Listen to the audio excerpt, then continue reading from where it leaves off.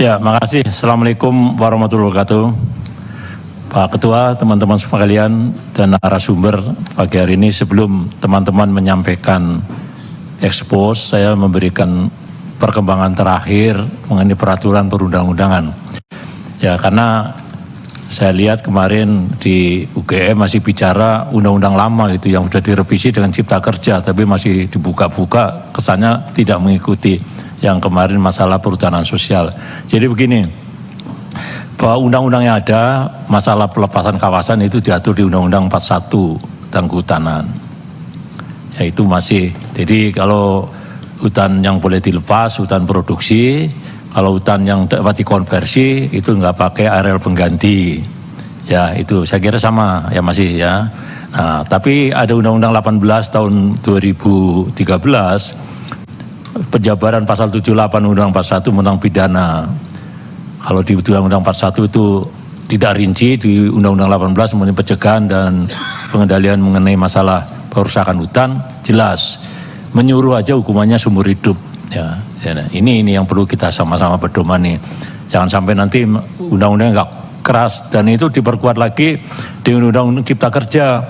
Di Cipta Kerja sama itu ya. Kalau perorangan itu hukumannya 4 tahun, kalau minimal, kalau baru bawa alat aja ke hutan belum ngolah ya itu. Kalau korporasi udah 8 tahun maksimum seumur hidup, dendanya maksimum hampir 1 triliun, itu luar biasa. Tapi ini tidak dilaksanakan oleh pemerintah selama 7 tahun.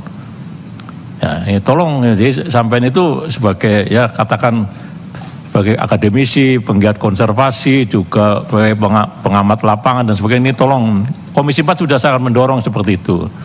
Nah, saya sampaikan data bahwa kawasan hutan yang tadi katakan Pak Ketua terlanjur, pada tahun 2012 saya menjelang mengundurkan diri sebagai Dirjen, kami diminta oleh Komisi 4 untuk melaporkan data penggunaan kebun ilegal. Saya sudah laporkan, ya jumlahnya ini masih ada datanya, ada 878 perusahaan di 8 provinsi, Kalimantan Tengah, Kalimantan Timur, Barat, Selatan, Sulawesi Tenggara, Riau, Jambi, dan Jawa Barat. Luasnya 8,4 juta hektar.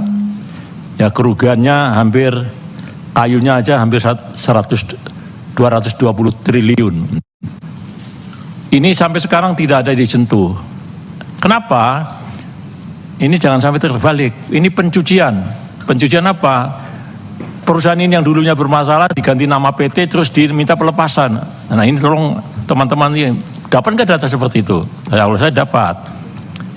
PT-nya waktu itu nggak ada, ini udah saya dijawab Pak Dedi.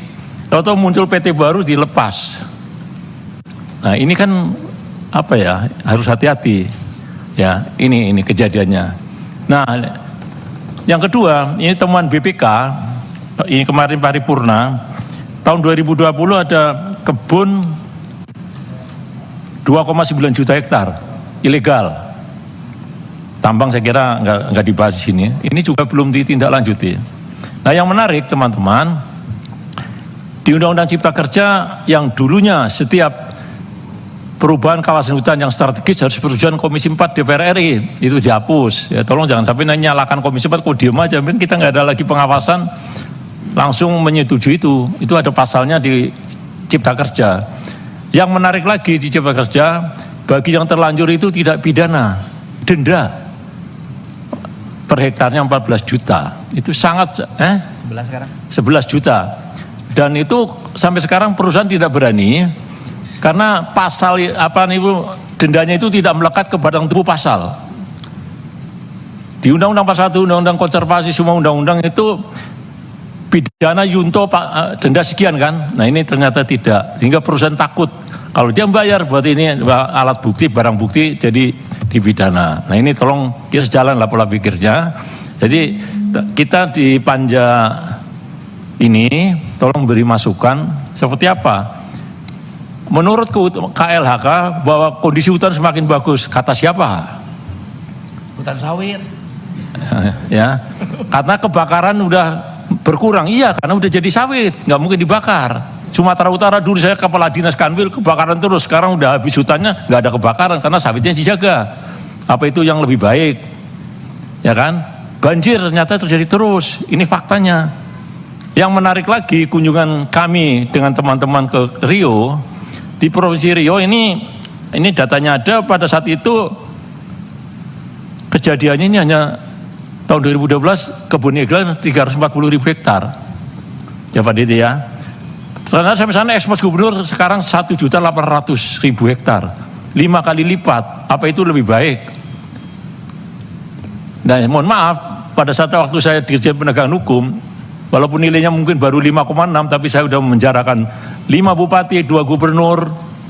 Nah, saya kira 2 pengusaha yang besar yang penghasilan setiap hari 5 miliar bisa penjara. Tapi saya selama di sini 7 tahun belum ada laporan bupati yang dipenjarakan oleh kehutanan.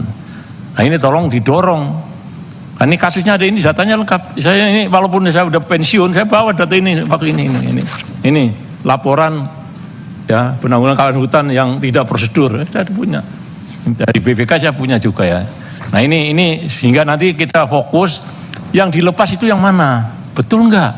Atau pencucian kawasan. Ini yang bahaya kalau pencucian, berarti ini pidana. Kalau udah kasus, kenapa ini kasus? Ini udah sebetulnya alat buktinya udah barang bukti. Kebunnya ada, orangnya ada, saksi ahlinya ada, berarti udah cukup 2 alat bukti. Ini kok belum ditindaklanjuti, bahkan malah dirubah denda. Itu udah terlanjur hamil baru boleh dikawinkan, itu kan nggak boleh, itu pidana dulu, dipenjarakan dulu baru suruh kawin, mestinya gitu kan Pak Dede ya.